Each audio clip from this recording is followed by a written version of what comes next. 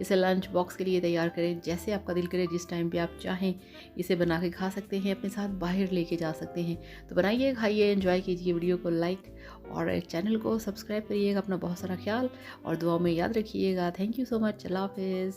Bye bye.